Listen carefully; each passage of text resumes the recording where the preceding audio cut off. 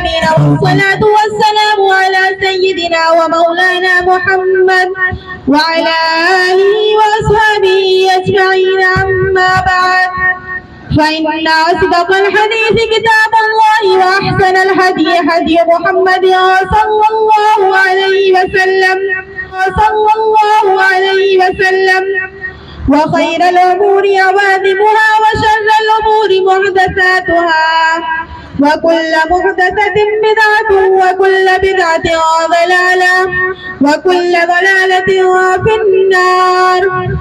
وبالسند المتصل منا إلى الإمام الحجة أمير المؤمنين في الحديث أبي عبد الله محمد بن إسماعيل بن إبراهيم بن المغيرة بن بردسبة الجعفي البخاري رحمه الله تعالى، ونفعنا بعلومه آمين.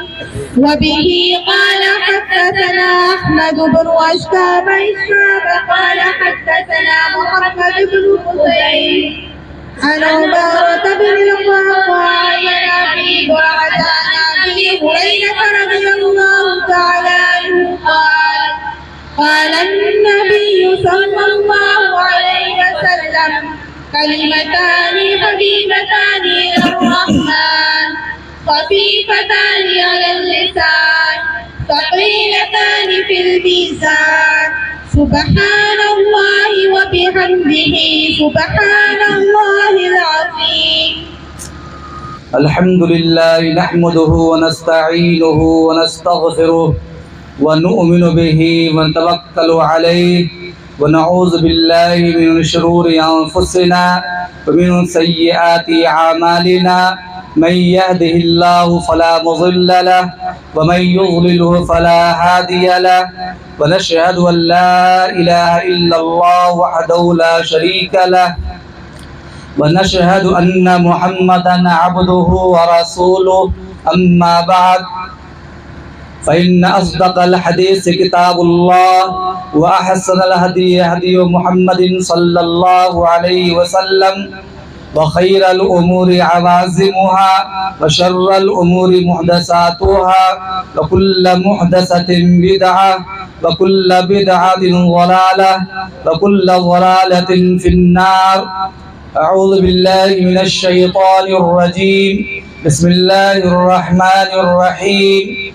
ووضع الكتاب فترى المجرمين مشفقين مما فيه، ويقولون يا ويلتنا ما لهذا الكتاب لا يغادر صغيرة ولا كبيرة إلا أحصاها، ووجدوا ما عملوا حاضرا ولا يظلم ربك أحدا. وقال النبي صلى الله عليه وسلم: الراحمون يرحمهم الرحمن، ارحموا من في الأرض يرحمكم من في السماء. وبالسند المتصل منا إلى الشيخ الإمام الهمام الحافظ الحجة أمير المؤمنين في الحديث أبي عبد الله محمد بن إسماعيل بن إبراهيم المغيرة بن بردسبة الجعفي اليماني البخاري رحمهم الله تعالى رحمة واسعة. اللهم انفعنا ونفعنا بعلومه وعلومهم آمين يا رب العالمين. باب قول الله عز وجل: ونضع الموازين القسط ليوم القيامة وأن أعمال بني آدم وقولهم يوزن. وقال مجاهد: القسطاس والعدل بالرومية، ويقال القسط مصدر المقسط وهو العادل، وأما القاسط فهو الجائر. وبه قال حدثنا أحمد بن إشكاب قال حدثنا محمد بن فضيل عن عمارة بن القعقاع عن أبي زرعة عن أبي هريرة رضي الله تعالى عنه قال: قال النبي صلى الله عليه وسلم كلمتان حبيبتان إلى الرحمن خفيفتان على اللسان ثقيلتان في الميزان سبحان الله وبحمده سبحان الله العظيم. ہم نے ہر دور میں تقدیس رسالت کے لیے تقدیس رسالت کے لیے وقت کی تیز ہواؤں سے بغاوت کی ہے، توڑ کر سلسلہ رسم سیاست کا فسوں ایک فقط نام محمد سے محبت کی ہے. وہ دانائے سبل ختم الرسل مولائے کل جس نے غبار راہ کو بخشا فروغ وادی سینا، نگاہ عشق مستی میں وہی اول وہی آخر، وہی قرآن وہی فرقان وہی یاسین وہی طٰہٰ. فضاؤں میں بسی خوشبو زباں پہ کس کا نام آیا، وہی حضرت محمد عرش سے جن پر سلام آیا. نبی امی لقب لیکن معلم سارے عالم کے، نبی امی لقب لیکن معلم سارے عالم کے، رسالت کو ہے جس پر ناز وہ خیر الانام آیا صلی اللہ علیہ وسلم. مقتدر محتشم قابل تکریم علماء کرام، گراں قدر گرامی مرتبت حاضرین و سامعین با تمکین، پردہ نشی معلمات متعلمات فارغ التحصیل طالبات و دیگر مسلم خواتین، پردہ نشی مائیں اور بہنیں، جس محفل میں ہم اور آپ بیٹھے ہیں یہ انتہائی مبارک و مسعود اور مقبول محفل ہے. اس کا انتساب ختم بخاری شریف کی طرف ہے. ہمارے سامنے 3 قسم کا مجمع ہے. ایک تو ہمارے سر کے تاج اساطین علم و فضل، دوسرے آپ جیسے معزز ترین سامعین حضرات، اور نمبر 3 پس پردہ میری مائیں اور بہنیں. لازمی طور پر ہم 2 مجمع کا لحاظ کرتے ہوئے گفتگو کریں گے، بقیہ ہمارے علماء ہماری رہبری کے لیے تیار ہیں. عزیز دوستو، سب سے پہلے تو ہم اللہ تعالی کے سامنے جبین حمد و شکر خم کرتے ہیں اس بات پر کہ اللہ تعالی نے بخاری شریف کی تکمیل کا ہم سب کو شرف عطا فرمایا ہے. ذالک فضل اللہ یؤتیہ من یشاء. لازمی طور پر سب سے قیمتی اور مقبول ترین مجمع وہی ہوتا ہے جس میں قرآن کریم کی تکمیل اور بخاری شریف کی تکمیل ہوتی ہے.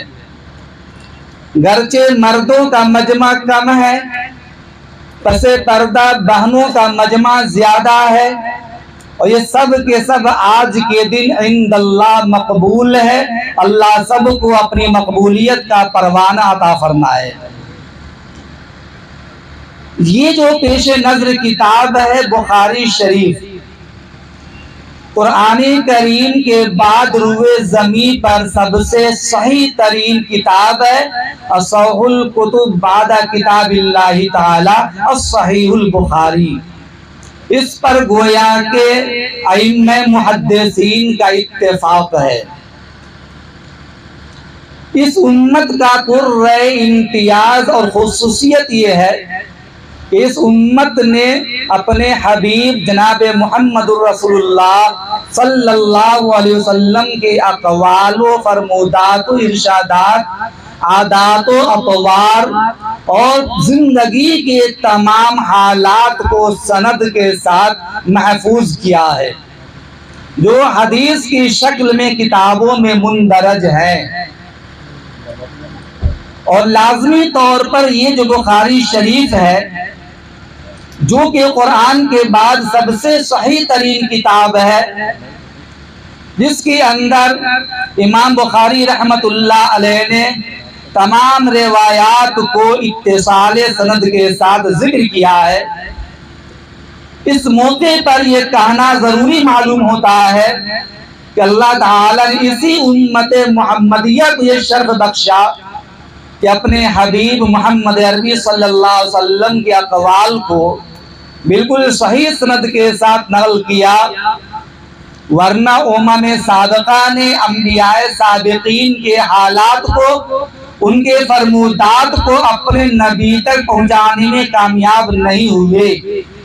اسی لیے محدثین کرام جب کبھی کسی روایت کو پیش کرتے ہیں تو سلسلہ اتصال سند کے ساتھ، اور اس کی وجہ یہ ہے، عبداللہ ابن مبارک علیہ الرحمہ فرماتے ہیں سلسلہ سند کی اہمیت کو بیان کرتے ہوئے، الاسناد من الدین، اسناد دین میں سے ہے، لولا الاسناد لقال من شاء ما شاء، اگر یہ سندیں نہ ہوتی، عبداللہ ابن مبارک علیہ الرحمہ نے فرمایا الاسناد من الدین لولا الاسناد لقال من شاء ما شاء، اسناد دین میں سے ہے، اگر یہ سندیں نہ ہوتی تو جس کے دل میں جو آتا وہ کہتا اور نبی کی طرف منسوب کر دیتا کہ حضور نے یہ فرمایا۔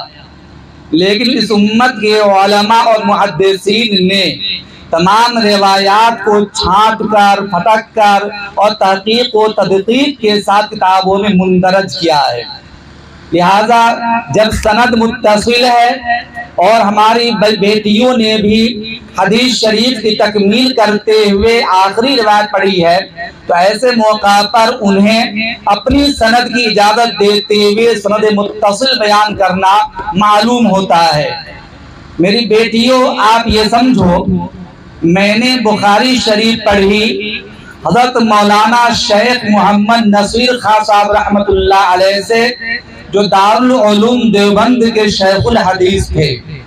انہوں نے بخاری شریف پڑھی اپنے استاذ محترم شیخ الاسلام حضرت مولانا حسین احمد مدنی رحمت اللہ علیہ سے۔ انہوں نے بخاری شریف پڑھی شیخ الہند حضرت مولانا مفتی محمود حسن دیوبندی رحمت اللہ علیہ سے۔ انہوں نے بخاری شریف پڑھی اپنے استاذ محترم قاسم العلوم والخیرات بانی دارالعلوم دیوبند حضرت مولانا محمد قاسم النانوتوی رحمت اللہ علیہ سے۔ انہوں نے بخاری شریف پڑھی اپنے استاذ محترم شاہ عبد الغنی مجددی رحمت اللہ علیہ سے۔ انہوں نے بخاری شریف پڑھی اپنے استاذ محترم شیخ محمد اسحاق دہلوی رحمت اللہ علیہ سے۔ انہوں نے بخاری شریف پڑھی اپنے استاذ محترم شاہ عبد العزیز محدث دہلوی رحمت اللہ علیہ سے، اور انہوں نے بخاری شریف پڑھی مسند الہند حضرت مولانا شاہ ولی اللہ محدث دہلوی رحمت اللہ علیہ سے، اور انہوں نے بخاری شریف پڑھی اپنے استاذ محترم شیخ ابو طاہر محمد ابن ابراہیم المدنی سے، اور انہوں نے بخاری شریف پڑھی اپنے والد مکرم شیخ ابراہیم القردی سے۔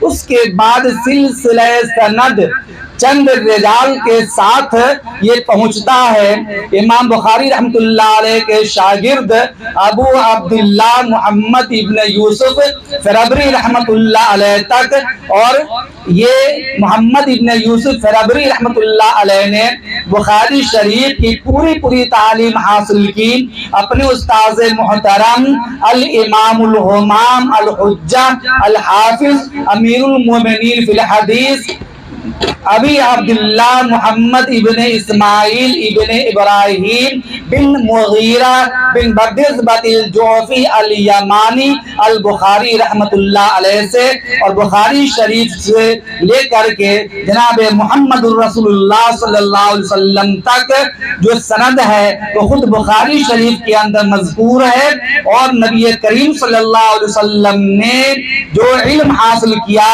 جناب جبرائیل علیہ السلام سے، اور جبرائیل علیہ السلام جو علم دیا گیا اللہ رب العزت کی طرف سے، قرآن کا اعلان تھا ما ينطق عن الهوى ان هو الا وحی یوحى، جناب محمد رسول اللہ صلی اللہ علیہ وسلم کوئی بھی بات اپنے من سے یا اپنی مرضی سے نہیں کہتے تھے، ہر بات وہی کہتے جس کا حکم اللہ کی طرف سے آپ کو ہوتا تھا۔ اس طرح سے یہ بخاری شریف کی سند میں نے آپ کو دی ہے، اور میں نے اپنی سند سے علم حدیث کی نقل کرنے کی اجازت بھی آپ کو دی ہے۔ یہ تو اتصال سند پر گفتگو ہے۔ طالبات اور مائیں بہنیں اس بات پر دھیان دیں، آپ جب کسی چیز کی ابتدا اچھی ہوتی ہے تو اس کا اختتام بھی بحمداللہ اچھا ہوتا ہے۔ آج بچیوں نے بخاری شریف کی تکمیل کی ہے اور بہت ہی خوشگوار ماحول میں یہ اچھا اختتام ہوا۔ پتہ یہ چلا پورے سال ان بچیوں نے اپنی معلمات کی سرپرستی میں رہ کر علم حدیث کو حاصل کیا، بخاری شریف کی تعلیم حاصل کی، اور آج حسن اختتام کے ساتھ بخاری شریف کی یہ بچیاں تکمیل کر رہی ہیں۔ اللہ تعالیٰ ان کے علم میں دین دونی رات چودقیات عطا فرمائے اور عمل کی زندگی عطا فرمائے۔ چونکہ یہ بخاری شریف جامع بھی ہے، جس طرح صحیح ہے الصحیح الکتب کہا گیا، اس طریقہ سے یہ جامع ترین کتاب بھی ہے، اور جامع حدیث کی اس کتاب کو کہتے ہیں جن میں 8 مضامین مذکور ہو، سیر و آداب، تفسیر و عقائد، فتن و احکام، اشراط و مناقب، یہ 8 مضامین جس حدیث کی کتاب کے اندر ہو، حدیث کی ایسی کتاب کو جامع کہتے ہیں۔ اس کے مقابل ابو داؤد ہے، نسائی، ابن ماجہ وغیرہ، تو اسے سنن کہتے ہیں، اور سنن حدیث کی ایسی کتاب کو کہتے ہیں جن میں فقہی ابواب کی ترتیب پر احادیث مرتب کی گئی ہو، لہذا ابو داؤد شریف یہ سنن میں شمار ہے، ترمذی شریف سنن میں بھی ہے، جامع بھی ہے، اور اسے بعض لوگوں نے صحیح تک کا درجہ دیا ہے، لیکن بہرکیف ہمارے سامنے جو کتاب ہے یہ اصح الکتب بعد کتاب اللہ تعالی الصحیح البخاری، اور یہ جامع الکتب بھی کہا گیا اسے۔ اس کو سمجھنے کے بعد اب آئیے ذرا مختصر گفتگو کرتے ہوئے میں آگے بڑھتا ہوں۔ امام بخاری رحمت اللہ علیہ نے یہ آخری باب باندھا، باب قول اللہ عز وجل ونضع الموازین القسط لیوم القیامہ۔ اللہ تعالیٰ کا ارشاد ہے اور ہم قیامت کے دن میزان عدل قائم کریں گے، وَأَنَّ أَعْمَالَ بَنِي آدَمَ وَقَوْلَهُمْ يُوزَنُ، اور بنی آدم کے اعمال و اقوال تولے جائیں گے۔ معزز حاضرین اور پردہ نشی میری مائیں بہنیں، یہ بات اچھی طرح ذہن نشی کر لیں، امام بخاری رحمت اللہ علیہ نے اپنی کتاب میں آخری کتاب کتاب التوحید کا عنوان قائم کیا ہے، اور اس کتاب التوحید کے ماتحت 58 ابواب لائے۔ ان 58 ابواب میں سب سے آخری باب کتاب التوحید کے اعتبار سے اور بخاری شریف کے اعتبار سے یہ باب قول اللہ عز وجل ونضع الموازین القسط لیوم القیامہ ہے، یہ آخری باب ہے۔ امام بخاری رحمت اللہ علیہ نے اپنی کتاب کا آغاز ایمان سے کیا، کتاب الایمان سے کیا، اور اپنی کتاب کا اختتام بھی ایمان و توحید پر کیا ہے، اور اس میں انتہائی درجہ حسن ترتیب قائم ہے۔ چونکہ کتاب الایمان ایمان توحید اللہ کی وحدانیت کا اقرار کرنا، قل هو اللہ احد اللہ الصمد لم یلد ولم یولد ولم یکن له کفوا احد، ایمان چونکہ مدار نجات ہے، انسان کے اعمال اور عبادات کی مقبولیت کا مدار بھی ایمان ہی پر ہے۔ اسی لیے امام بخاری رحمۃ اللہ علیہ نے اپنی کتاب کے آغاز میں کتاب الایمان کو پیش کیا اور آخر کے اندر بھی کتاب التوحید لائے، ایمان کا باب لائے، تاکہ اشارہ اس بات کی طرف ہو جائے کہ جس انسان کا خاتمہ ایمان پر ہوگا وہ انسان کامیاب ہوگا، وہ انسان جنتی ہوگا، وہ انسان اللہ کا محبوب پیارا بندہ کہلائے گا، اللہ اسے مغفرت کا پروانہ عطا فرمائے گا۔ اس ترتیب میں اشارہ اسی بات کی طرف ہے۔ شارح بخاری علامہ قسطلانی رحمۃ اللہ علیہ فرماتے ہیں کہ امام بخاری رحمۃ اللہ علیہ نے کتاب میں بطور مقدمہ کے باب و بدیل وحی لائے اور اس کے بعد بنیادی امور مقاصد دینیا کو بیان کیا ہے، اور مقاصد دینیا میں چونکہ ایمان ضروری ہے ہر مکلف انسان کے لیے، ہر انسان کے لیے، مرد ہو یا عورت ہو، اس کے لیے ایمان ضروری ہے۔ چنانچہ مقاصد دنیا کے اندر سب سے پہلے مقدمہ کے بعد ایمان کے لیے کتاب الایمان کا عنوان قائم کیا، کیونکہ ایمان مدار نجات ہے اور ہر انسان کے لیے لازم اور ضروری ہے ایمان لانا اللہ کی ذات واحد پر۔ اس کے بعد یہ مناسب معلوم ہوتا ہے کہ امام بخاری رحمۃ اللہ علیہ ایمان کے بعد اعمال و عبادات کو لاتے، کیونکہ ہر مکلف انسان پر جو ایمان قبول کر لے اس کے لیے اعمال و عبادات کا اختیار کرنا لازم و ضروری ہے۔ وہ اس کا مکلف ایمان قبول کرنے کے بعد، کلمہ توحید کے اقرار کر لینے کے بعد اعمال اور عبادات کا اختیار کرنا لازم ہے، اور اعمال و عبادات کے اندر اہم العبادات، ام العبادات، رأس العبادات اگر کوئی ہے تو وہ نماز ہے۔ اس لیے بظاہر یہ معلوم ہو رہا ہے کہ ایمان کے بعد امام بخاری رحمۃ اللہ علیہ کتاب الصلاۃ لاتے نماز کی اہمیت کے پیش نظر، لیکن پتہ یہ چلا کہ امام بخاری رحمۃ اللہ علیہ نے کتاب الایمان کے بعد کتاب الصلاۃ کا ذکر نہیں کیا، کیونکہ کتاب الصلاۃ کے مفسدات کو بہت سی چیزیں صحت و فساد کے اعتبار سے ہیں، تو نماز کی صحت و فساد کے اعتبار سے احکام و مسائل کا جاننا ضروری تھا۔ اس لیے امام بخاری رحمۃ اللہ علیہ نے کتاب الصلاۃ سے پہلے بخاری شریف کے اندر کتاب الایمان پر کتاب العلم لائے، اور کتاب العلم کے تحت ایک ایسی روایت لائے جس کے تحت ایک آیت کا ذکر کیا ہے، یرفع اللہ الذین آمنوا منکم والذین اوتوا العلم درجات۔ اس آیت کریمہ میں اللہ تعالیٰ نے ایمان کے بعد علم کا ہی ذکر کیا ہے، ایمان کے بعد علم کا ہی ذکر کیا ہے کہ تم میں سے وہ لوگ جو ایمان لائے اور وہ لوگ جو علم والے ہیں، اللہ تعالیٰ ان کے درجات کو بلند کرتے ہیں، اللہ تعالیٰ ان کے درجات بلند کرتے ہیں۔ چنانچہ کتاب الایمان کے بعد کتاب العلم کو لائے۔ اب مناسب یہ معلوم ہو رہا تھا کہ کتاب العلم کے بعد امام بخاری رحمۃ اللہ علیہ نماز کو لے آتے، کتاب الصلاۃ کو لے آتے، کیونکہ کتاب الصلاۃ میں تعمیم ہے، کتاب الصلاۃ میں تعمیم ہے، ہر مکلف انسان پر نماز پڑھنا لازم اور ضروری ہے، چاہے شہری ہو، دیہاتی ہو، مرد ہو، عورت ہو، امیر ہو، غریب ہو، مقامی ہو، شہری ہو، مقیم ہو یا مسافر ہو، ہر انسان مکلف پر نماز ادا کرنا لازم و ضروری ہے۔ چنانچہ کتاب العلم کے بعد کتاب الایمان کے بعد میں چاہیے تھا کہ امام بخاری رحمۃ اللہ علیہ کتاب الصلاۃ کو لاتے، کیونکہ قرآن کریم کے اندر بھی اللہ تعالیٰ نے ایمان کے بعد صلاۃ کا ذکر کیا ہے، صلاۃ کا ذکر کیا ہے۔ الف لام میم ذالک کتاب لا ریب فیہ ھدی للمتقین الذین یؤمنون بالغیب ویقیمون الصلاۃ۔ کہ وہ لوگ جو ایمان لائے اور نماز ادا کرتے ہیں، غیب پر ایمان لائے نماز ادا کرتے ہیں، ایمان کے بعد یہاں پر صلاۃ کا ذکر ہے۔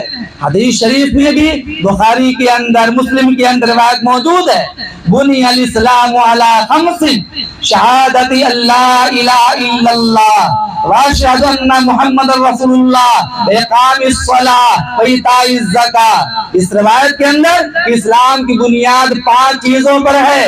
نمبر 1 ایمان، یعنی اللہ اور اس کے رسول کی وحدانیت و رسالت کا اقرار کرنا، اور اس کے بعد نماز قائم کرنا، نماز کا حکم دیا گیا۔ لیکن اس کے باوجود امام بخاری رحمت اللہ علیہ نے کتاب العلم اور کتاب الایمان کے بعد کتاب الصلاۃ کو نہیں لائے۔ کیوں نہیں لائے؟ اس لیے کہ نماز کے لیے کچھ شرطیں ہوتی ہے، مثلا نمازی کے بدن کا پاک ہونا، نمازی کے کپڑوں کا پاک ہونا، نماز پڑھنے کی جگہ کا پاک ہونا، چنانچہ شرط شے پر مقدم ہوتی ہے۔ اس لیے کتاب الصلاۃ سے پہلے امام بخاری رحمت اللہ علیہ کتاب الطہارت لے کر کے آئے، اور یہ علماء موجود ہے، بیٹھے ہوئے ہیں۔ جوامع کتب حدیث کے جتنے محدثین ہیں ان کے یہاں ترتیب یہی ہے کہ جب وہ جوامع کا ذکر کرتے ہیں تو پہلے کتاب الایمان کو لاتے ہیں، اس کے بعد دیگر چیزوں کا ذکر کرتے ہیں۔ اس لیے امام بخاری رحمت اللہ علیہ نے اپنی کتاب کے آغاز میں سب سے پہلے کتاب الایمان کو ذکر کیا، اس کے بعد دیگر چیزوں کو ذکر کیا۔ یہ امام بخاری رحمت اللہ علیہ کی دقت نظر اور حسن ترتیب کا اس سے اندازہ لگتا ہے۔ اللہ تعالی امام بخاری رحمت اللہ علیہ کی قبر کو نور سے منور فرمائے، غریق رحمت فرمائے، اللہ تعالی ہر اعتبار ان کو شرف قبولیت عطا فرمائے۔ اب آئیے باب پر، باب قول اللہ عز و جل۔ امام بخاری رحمت اللہ علیہ نے جو باب قائم کیا، اس باب کے تحت قرآن کریم کی ایک آیت لائے۔ جہاں جہاں بھی امام بخاری رحمت اللہ علیہ نے باب قائم کیا، حدیث کے ساتھ ساتھ وہاں قرآن کریم کی آیت لائے، جس کی بنیادی وجہ یہ ہے، محدثین فرماتے ہیں کہ امام بخاری رحمت اللہ علیہ جس طرح حافظ الحدیث تھے اسی طریقہ سے حافظ قرآن بھی تھے، اسی لیے حدیث کے ساتھ ساتھ قرآن کریم کی آیت کو لاتے تھے تاکہ حدیث کے لیے قرآن کریم کی آیت مؤید ثابت ہو۔ اس جگہ بھی چونکہ بندوں کے اعمال کے تولے جانے کے سلسلے میں جو مسئلہ ہے، اس سلسلے قرآن کریم کی آیت لے کر کے آئے، وَنَضَعُ الْمَوَازِينَ الْقِسْطَ لِيَوْمِ الْقِيَامَةِ، قیامت کے دن ہم میزان عدل قائم کریں گے۔ عزیز دوستو، یہ موازین میزان کی جمع ہے جس کے معنی ترازو کے ہیں۔ میں اس میں واحد جمع میں جانا نہیں چاہوں گا کیونکہ عوام کا مجمع ہے اور ماؤں بہنوں کا مجمع ہے۔ میں صرف موٹی بات بتانا چاہتا ہوں۔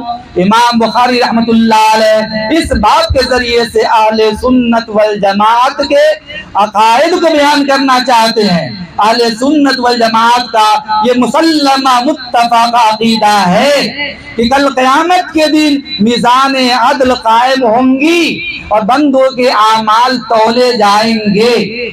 یہ متفقہ فیصلہ امت ہے، یہ امت مسلمہ کا ہے، فرق باطلہ کا ذکر نہیں۔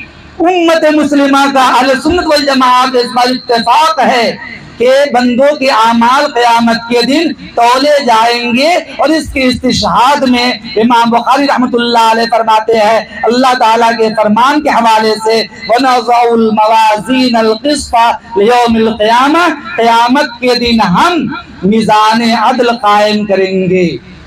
اب اس کے ذریعے سے فرق باطلہ، فرق ضالہ میں سے ایک فرقہ معتزلہ ہے۔ فرقہ معتزلہ کو رد کیا اس بات کے ذریعے سے اور آیت کریمہ کے ذریعے سے۔ فرقہ معتزلہ کا نظریہ یہ ہے کہ یہ بندوں کے اعمال یہ تو آراز کے قبیل سے ہیں، اس کا کوئی جسم نہیں ہوتا، اور تولا جاتا ہے مجسم شے کو۔ یہ میرے ہاتھ میں پانی کی بوتل ہے، مجسم ہے، آپ کو یہ بوتل نظر آ رہی ہے، اس کا تولنا آسان ہے، ترازو میں ڈال دیا جائے، اس کا وزن ہو جائے گا، پیمائش ہو جائے گی۔ لیکن ہم اور آپ جو نماز پڑھتے ہیں، جو نیک عمل اختیار کرتے ہیں، یہ آراز میں سے اس کا کوئی جسم نہیں ہوتا اور آراز کا تولا جانا ممکن نہیں۔ یہ معتزلہ کا نظریہ ہے۔ امام بخاری رحمت اللہ علیہ نے اس بات کے ذریعے سے ان کی تردید کر دی۔ شراح بخاری متعدد ہے، ان میں سے ایک علامہ کرمانی رحمت اللہ علیہ اور علامہ شوکانی رحمت اللہ علیہ نے نیل الاوطار کے اندر یہ ذکر کیا ہے کہ یاد رہے کہ اس روایت کے ذریعے سے اور وَنَّ أَعْمَالَ بَنِي آدَمَ وَقَوْلًا یوزن کے ذریعے سے فرقہ معتزلہ کا صاف صاف رد ہو رہا ہے، اس کی تردید ہو رہی ہے، اس اعتبار سے کہ بندوں کے اعمال قیامت تولے جائیں گے، میزان عدل قائم ہوگی اور بندوں کے اعمال تولے جانے کے بعد ہی انہیں جزا اور سزا دی جائے گی۔ اس سے واضح ہے۔ ایک بات یہ بھی یاد رکھیے، معتزلہ کا جو اعتراض تھا، اس اعتراض کے جواب میں شراح نے یہ بھی فرمایا کہ اگر ہم یہ مانتے ہیں کہ یہاں پر بندوں کے اعمال تولے جائیں، ایک وجہ تو یہ ہے کہ بندوں کے اعمال سے مراد نام اعمال یعنی صحیفے ہیں جس میں بندوں کے اعمال نقل کیے جاتے ہیں، اور اس سلسلے میں قرآن کریم کی آیت وَإِذَا الصُّحُفُ نُشِرَتْ، کل قیامت کے دن جب نام اعمال کو پھیلا دیا جائے گا۔ اس طریقہ سے نام اعمال تولے جانے پر ایک حدیث مؤید ہے، حدیث بطاقہ ہے۔ جناب محمد الرسول اللہ صلی اللہ علیہ وسلم نے ارشاد فرمایا کل قیامت کے دن اللہ تعالی تمام انسانوں کے سامنے میری امت میں سے ایک آدمی کو بلائے گا اور اس کے سامنے اس کے گناہوں کے 99 دفاتر کھول دیے جائیں گے، منتہائے نظر تو اس کے دفاتر نظر آئیں گے۔ اللہ میاں فرمائیں گے اے میرے بندے، ان دفاتر میں جو تیرے گناہ لکھے ہوئے ہیں کیا تمہیں ان میں سے کسی گناہ کا انکار ہے؟ وہ کہے گا رب ذوالجلال ہرگز نہیں، مجھے کوئی انکار نہیں ہے، یہ سارے کے سارے دفاتر میرے گناہوں کے ہیں۔ وہ اقرار کرے گا، پھر اللہ تعالیٰ فرمائیں گے کیا تیرے پروردگار نے تجھ پر ظلم تو نہیں کیا؟ کہے گا نہیں، بالکل نہیں۔ پھر اعلان ہوگا کیا میرے فرشتوں نے تیرے ساتھ کوئی ظلم تو نہیں کیا، نہ انصافی تو نہیں کی، غلط تو نہیں لکھ لیا؟ وہ بندہ کہے گا اے پروردگار عالم بالکل نہیں، جو کچھ بھی لکھا ہوا ہے یہ میرے خود کے کیے ہوئے گناہ ہے۔ وہ بندہ اب شرمندہ بھی ہوگا، افسردہ بھی ہوگا اور اپنے انجام کو سوچ کر مجبور بھی ہوگا کہ اب کیا کروں۔ اسی درمیان اللہ تعالیٰ فرمائیں گے کہ یہ تیرے اعمال میں سے ایک عمل ایک پرزہ ہے، یہ پرزہ لاؤ، بطاقہ پرزہ لاؤ۔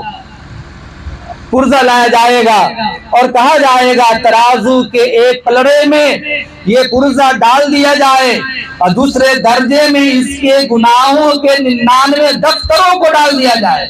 اس کے بعد جب اسے تولا جائے گا تو وہ ایک معمولی پرزہ، وہ بندہ حیران ہوگا رب ذوالجلال، ایک معمولی پرزہ جس کی کوئی حیثیت نہیں ہے، کاغذ ہے، ٹکڑا ہے، یہ 99 دفتروں کے مقابلے میں اس کی کیا حیثیت ہوگی؟ اللہ یہ فرمائیں گے دیکھو تو صحیح، ترازو کا پلڑا اٹھایا جائے گا، ترازو کھڑی کی جائے گی، اس کے بعد جیسے پرزہ ڈالا جائے گا وہ پرزے والا پلڑا جھک جائے گا اور 99 دفتر والا پلڑا اٹھ جائے گا۔ یہ پرزہ دیکھنے کے بعد وہ حیران، پرزہ کھول کر دیکھے گا، لکھا ہوگا لا الہ الا اللہ محمد الرسول اللہ۔ اسی کلمہ توحید کا اقرار، نبی کی رسالت کا اقرار ایک معمولی عمل ہے۔ اس روایت کے ذریعے سے محدثین نے فرمایا کل قیامت کے دن بندوں کے اعمال تولے جانے کا مطلب یہ ہے کہ نام اعمال یعنی صحیفے تولے جائیں گے جس کے اندر اس کے اعمال نوٹ کیے گئے ہیں۔ ایک جواب تو یہ ہوا، دوسرا جواب یہ ہے کہ عین ممکن ہے اللہ تعالیٰ کل قیامت کے دن بندوں کے اعمال کو مجسم بنا دے، مجسم بنا، جسم والا بنا دے، ذی جرم بنا دے۔ ان اللہ علی کل شیء قدیر، اور اگر ہم یہ کہتے ہیں کہ چلو بندوں کے اعمال صحیفے کی شکل میں نہیں، بندوں کے اعمال مجسم بھی نہیں، تو بھی اگر آراز ہی مانتے ہیں، عرض ہے بغیر جسم کا ہے، تو آج کے زمانے نے اور جدید تجربات اور تحقیق نے اور سائنسی تحقیق نے آج معتزلہ کے تمام اعتراضات کو پاش پاش کر رکھا ہے اور سارے اعتراضات کو کالعدم کر دیا اور یہ کہہ دیا کہ اب انسان کو فیور ہوتا ہے، تھرمامیٹر کے ذریعے سے فیور کو ناپ لیا جاتا ہے کہ انسان کو کتنا بخار آ رہا ہے، موسم سرد ہے، موسم گرم ہے، سردی گرمی کو تھرمامیٹر کے ذریعے سے ناپ لیا جاتا ہے، گاڑی کے اندر ٹیوب ٹائر کے اندر کتنی ہوا ہے، مشین کے ذریعے سے آلے کے ذریعے سے جانچ لیا جاتا ہے، ناپ لیا جاتا ہے، جبکہ یہ سب آراز میں سے ہے۔ تو موجودہ دور کی تحقیق نے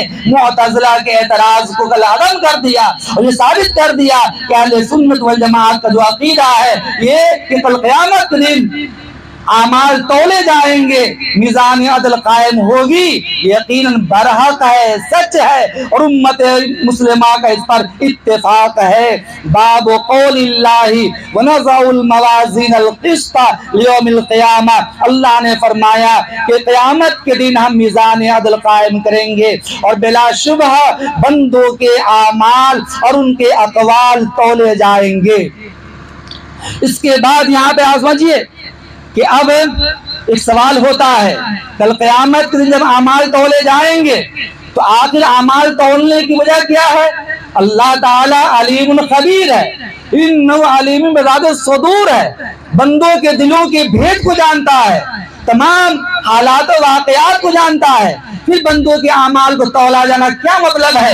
اس سلسلے میں علامہ کرمانی رحمت اللہ علیہ جو شارح بخاری ہے وہ فرماتے ہیں کہ دراصل بندوں کے درمیان اللہ تعالی عین انصاف کو ظاہر کرنا چاہتا ہے، اظہار عدل کے لیے میزان عدل قائم کرنا چاہتا ہے تاکہ بندوں کو یہ سمجھ میں آ جائے کہ اللہ تعالی بالکل انصاف کرنے والا ہے۔ ووضع الکتاب فطر المجرمین مشفقین مما فی، کل قیامت کے دن جب بندوں کے نام اعمال کو پھیلا دیا جائے گا، جب بندے نام اعمال کو دیکھیں گے تو اعمال کو دیکھنے کے بعد وہ افسردہ ہو جائیں گے، اداس ہو جائیں گے، غمگین ہو جائیں گے، ان کا سر جھک جائے گا۔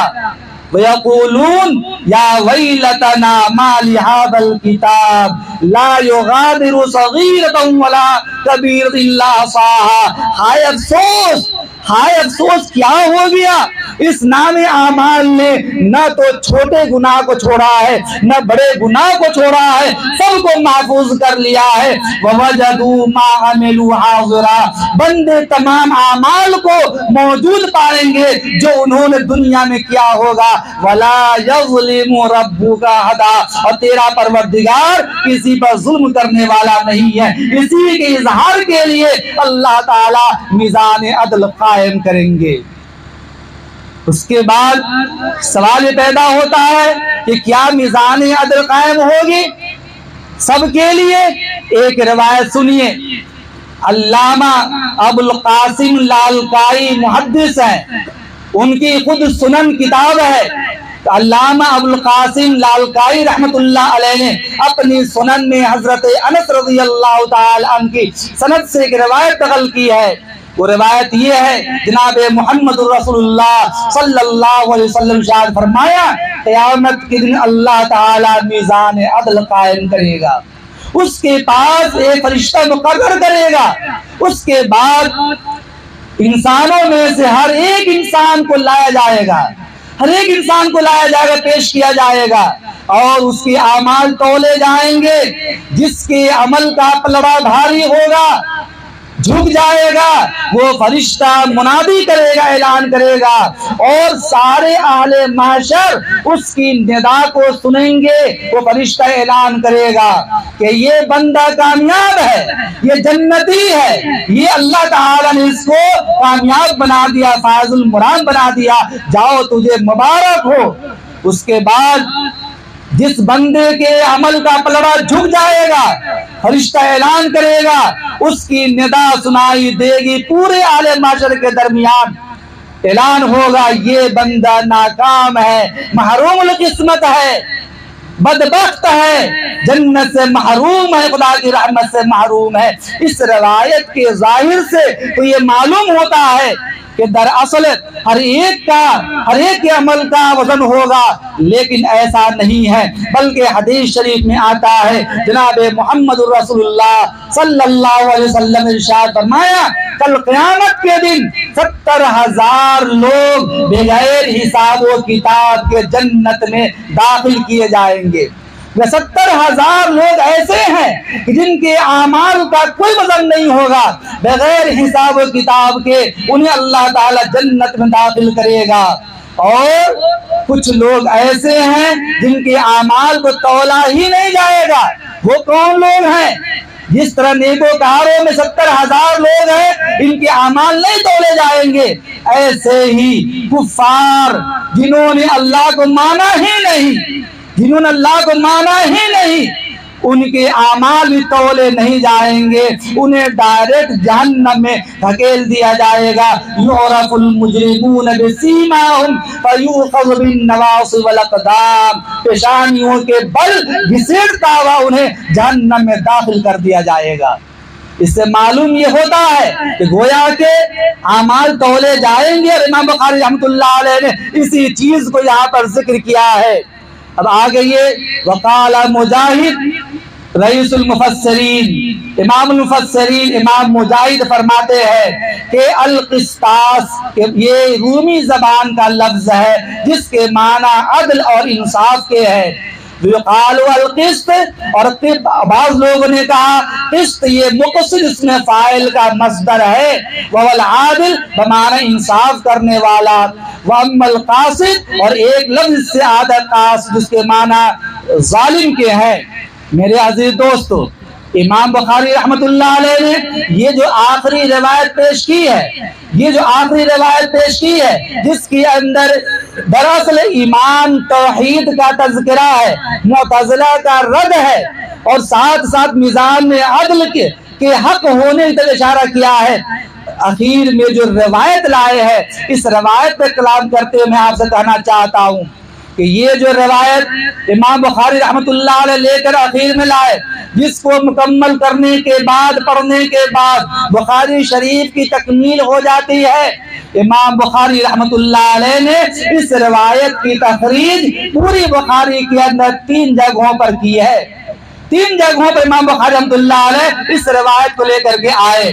نمبر 1 کتاب الدعوات کے اندر، کتاب الدعوات میں لے کر آئے، صفحہ نمبر اس نسخے کے جو قدیم نسخہ ہے اس کے اعتبار سے 948 صفحے کے اوپر زہیر ابن حرب رحمت اللہ علیہ کی سند سے امام بخاری رحمت اللہ علیہ لے کر کے آئے ہیں۔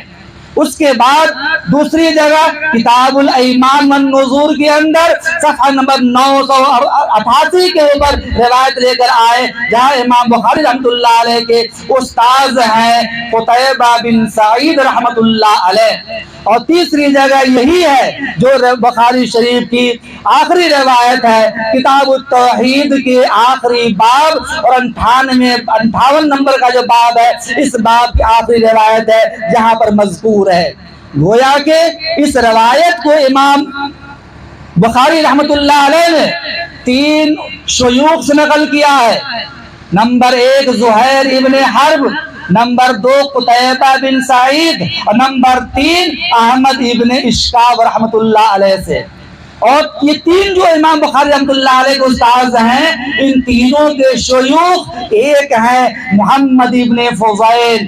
گویا کہ امام بخاری رحمت اللہ علیہ اس روایت کو نقل کرتے ہیں احمد ابن اشکاب سے، احمد ابن اشکاب نقل کرتے ہیں محمد ابن فضیل سے، محمد ابن فضیل نقل کرتے ہیں عمارہ بن القعقاع سے، اور یہ عمارہ بن القعقاع نقل کرتے ہیں حضرت ابو زرع رحمت اللہ علیہ سے، اور حضرت ابو زرع رحمت اللہ علیہ نقل کرتے ہیں صحابی رسول حضرت ابو ہریرہ رضی اللہ تعالی عنہ سے۔ اور یہ روایت جو یہاں نقل کی گئی ہے، جناب محمد رسول اللہ صلی اللہ علیہ وسلم نے ارشاد فرمایا کلمتان حبیبتان الی الرحمن، 2 کلمے ایسے ہیں جو رحمان کے نزدیک محبوب ہے. دو کلمے ایسے ہیں جو رحمان کے نزدیک محبوب ہیں. خفیفتان علی اللسان، زبان پر یہ دونوں کلمے ہلکے ہیں، یعنی پڑھنے کے اعتبار سے، ادائیگی کے اعتبار سے، ورد کے اعتبار سے ہر عام و خاص انسان اس کلمے کو پڑھ سکتا ہے. پڑھنے کے اعتبار سے زبان پر ہلکے ہیں. ثقیلتان فی المیزان، لیکن عمل کے اعتبار سے، اجر و ثواب کے اعتبار سے، نتائج و ثمرات کے اعتبار سے، رزلٹ کے اعتبار سے یہ دونوں کلمے ترازو میں بھاری ہے. یہ دو کلمے کیا ہیں؟ سبحان اللہ و بحمدہ سبحان اللہ العظیم. یہ دو کلمے ہیں. حضرت انس رضی اللہ تعالی عنہ فرماتے ہیں جناب محمد رسول اللہ صلی اللہ علیہ وسلم نے ارشاد فرمایا، جو آدمی روزانہ 100 مرتبہ سبحان اللہ بحمدہ سبحان اللہ العظیم کا ورد کرے گا، اللہ تعالیٰ اس کی زندگی کے تمام گناہوں کو معاف فرما دے گا، گرچہ سمندر کی جھاگ کے برابر ہی گناہ کیوں نہ ہو. عزیز دوستو، یہ تو حدیث کی تکمیل کے اعتبار سے بات ہوئی.